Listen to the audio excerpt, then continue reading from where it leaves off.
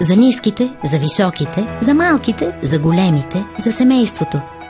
За гмуркачите, за сърфистите, за нудистите, за ексцентриците, за смешниците, за оптимистите, за песимистите, за предпазливите, за търпеливите, за изморените. За тези, които се целуват, за тези, които се допълват, за тези, които се вричат, за царе, за диджеи, за фенове, за усмихнатите, за космонавтите, за тези, които живеят сами, за тези, които живеят заедно, за участниците, за играчите, за тези, които са номер едно.